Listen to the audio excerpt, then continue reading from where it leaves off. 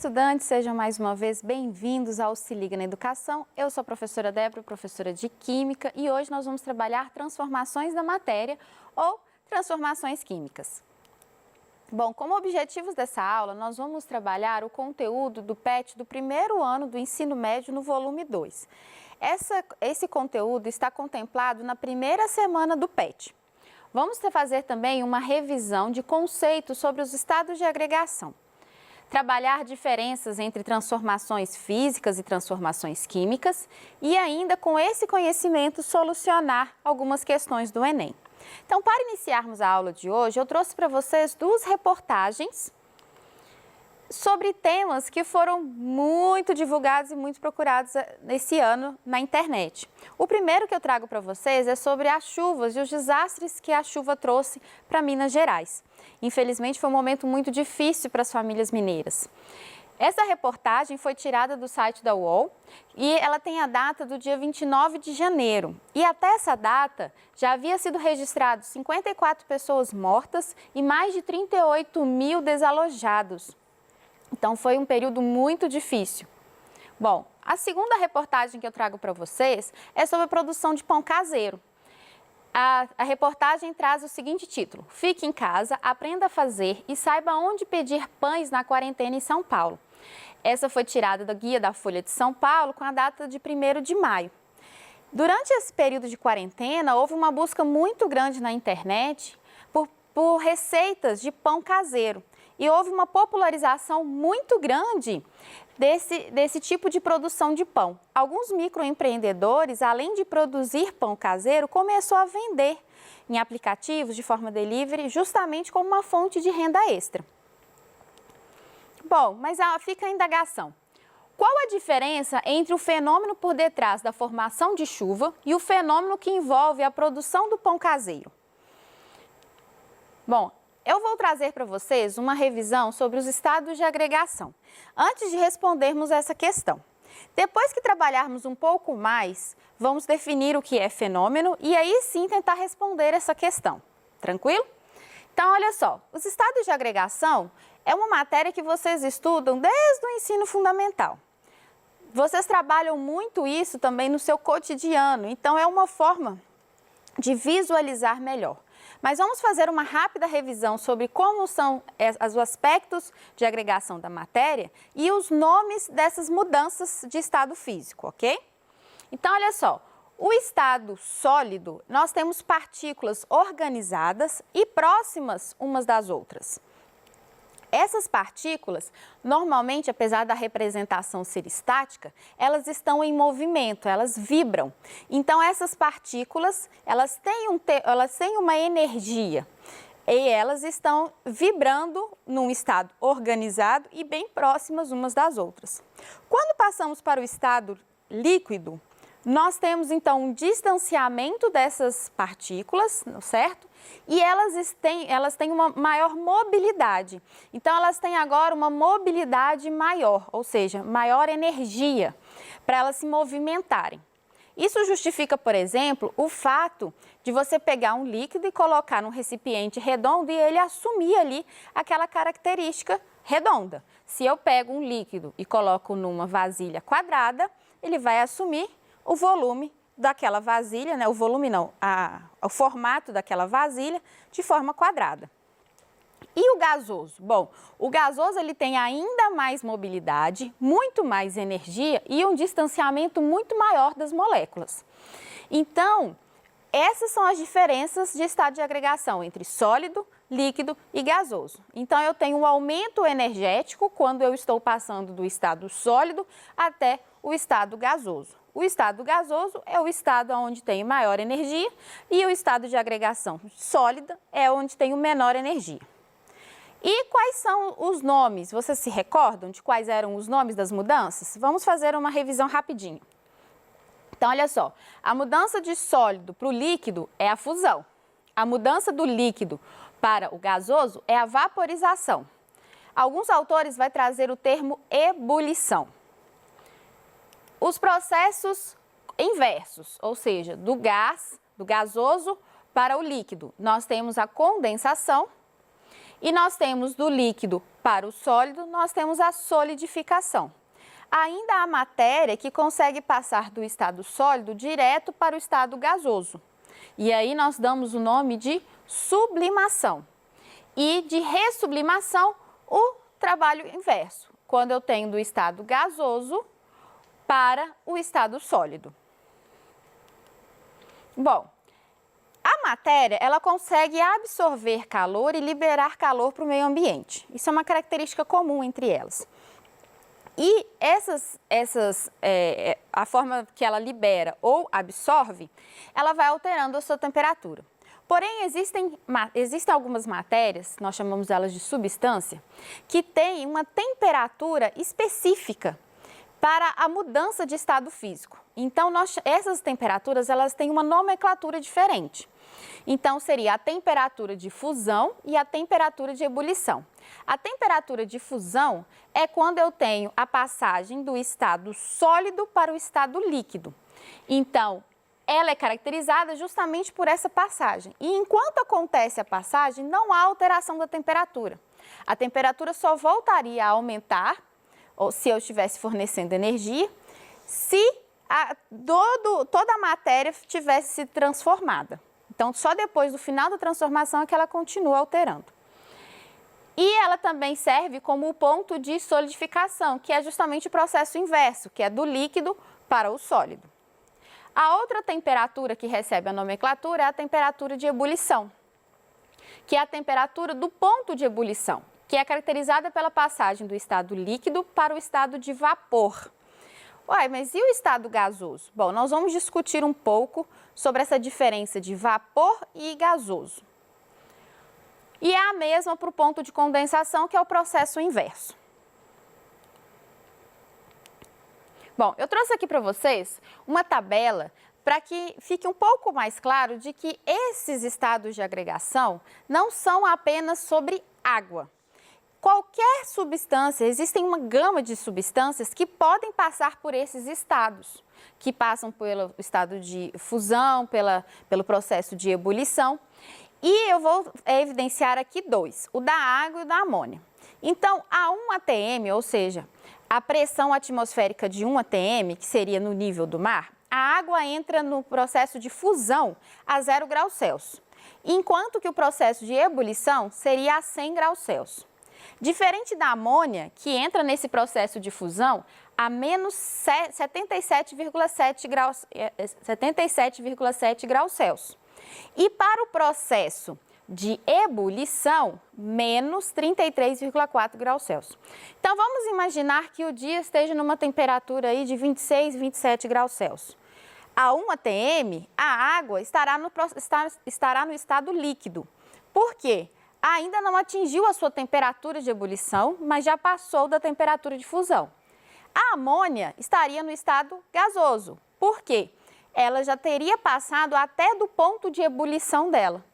Então, dessa forma, nós podemos saber qual que é a temperatura ambiente, qual que é o estado físico daquela matéria. Bom, existe na vaporização alguns processos, ou seja, alguns termos de processos de mudança do estado líquido para o estado gasoso. Então, nós vamos trabalhar 3. E agora, nós vamos falar sobre evaporação e ebulição. Qual que é a diferença dos dois? Então, a evaporação é um processo que ocorre a temperatura ambiente e a qualquer temperatura e pressão. Enquanto que o processo de ebulição, ele ocorre em uma determinada temperatura de acordo com a pressão atmosférica, ou seja, de acordo com a pressão do local onde está acontecendo a transformação. Bom, agora nós vamos ver uma simulação. Nessa simulação vai ficar muito mais claro vocês perceberem a diferença entre evaporação e ebulição.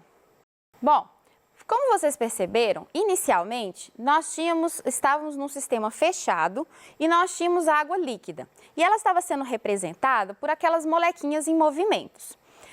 Se vocês repararem, a temperatura que estava marcando era em Kelvin, mas se a gente fosse transformar em graus Celsius, era equivalente a 55 graus Celsius. Então, os choques das moléculas da parte de baixo com a parte de cima, de vez em quando fazia com que uma molécula ou outra subisse, vocês perceberam? Naquele momento elas estavam entrando no estado gasoso, ou seja, elas estavam mudando de estado físico. E aquelas moléculas estavam a 55 graus Celsius. Ela ainda não tinha entrado no processo de ebulição. Aquilo nós chamamos de evaporação. Depois, vocês observam que existe uma mãozinha que vai aumentar a temperatura. A temperatura mostrada ali em Kelvin seria equivalente, mais ou menos, a 110 graus Celsius. Então, agora sim, eu passei até um pouquinho do ponto de ebulição. Então, a energia do sistema começa a fazer com que as moléculas entrem para o estado físico de vapor e elas começam, então, a subir ali naquele sistema. Então, essa é a diferença entre evaporação e ebulição.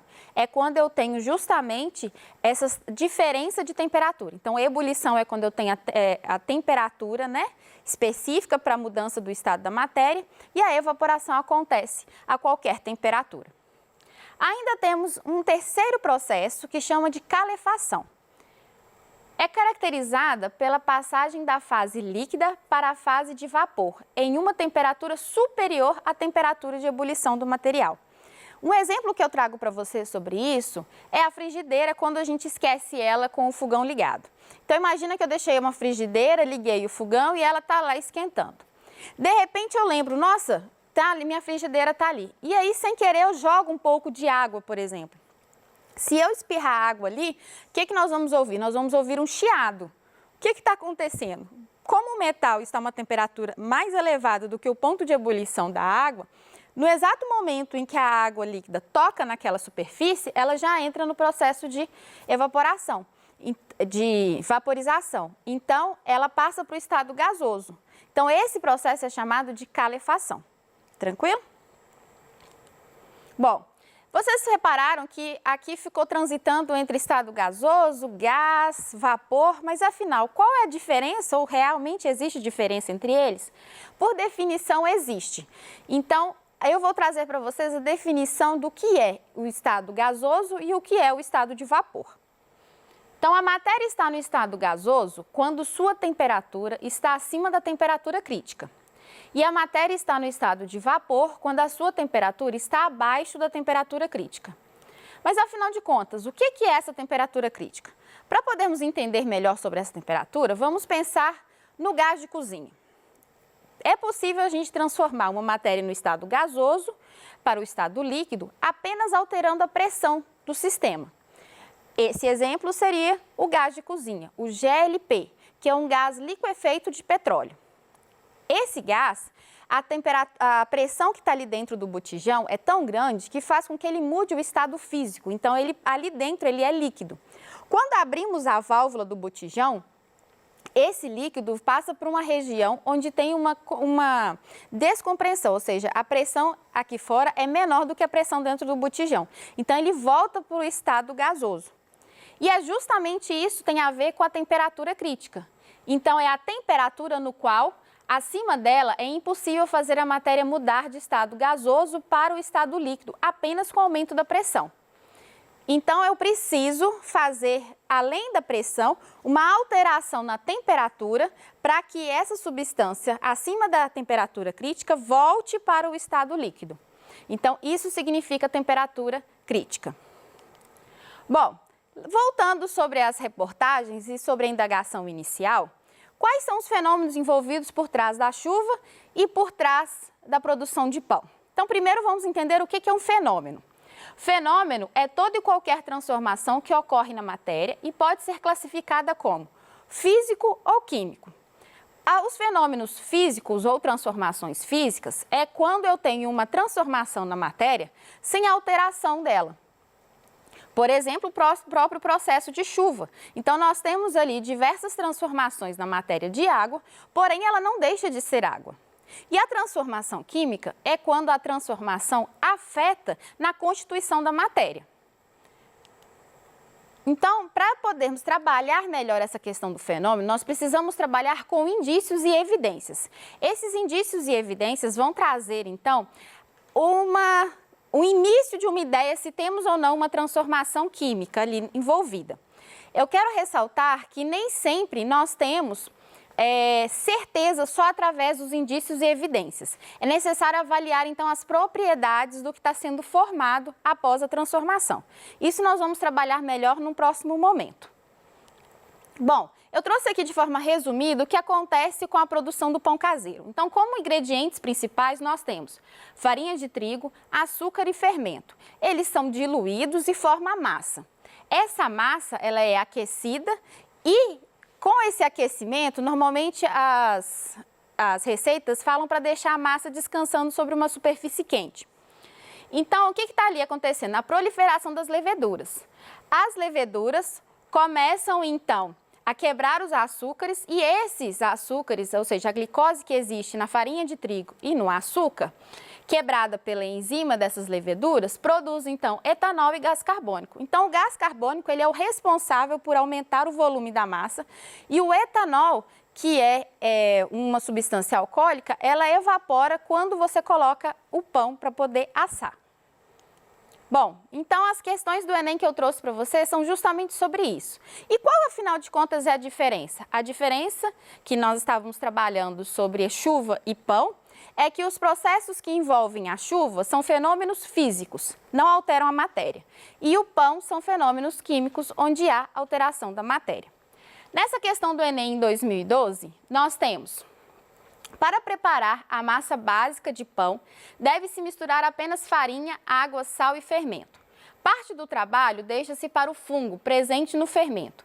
Ele utiliza amido e açúcares da farinha para reações químicas que resultam na produção de alguns outros compostos importantes no processo do crescimento da massa. Opa, ele falou sobre crescimento da massa. Lembra do gás carbônico?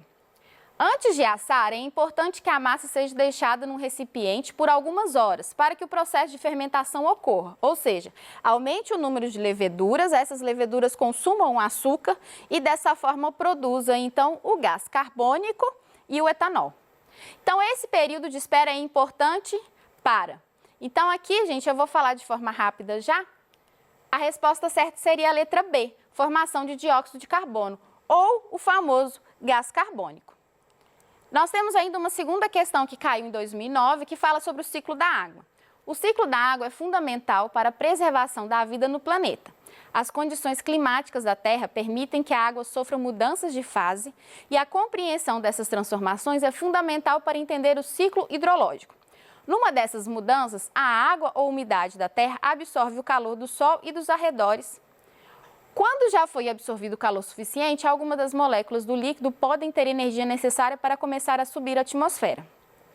Então, observe que ele não fala nada a respeito de entrar em ebulição ou de você ter uma temperatura específica. Se não está falando sobre isso, então o nome do processo que nós temos é qual?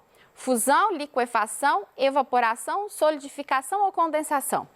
O processo seria evaporação, que a qualquer temperatura estaria ali.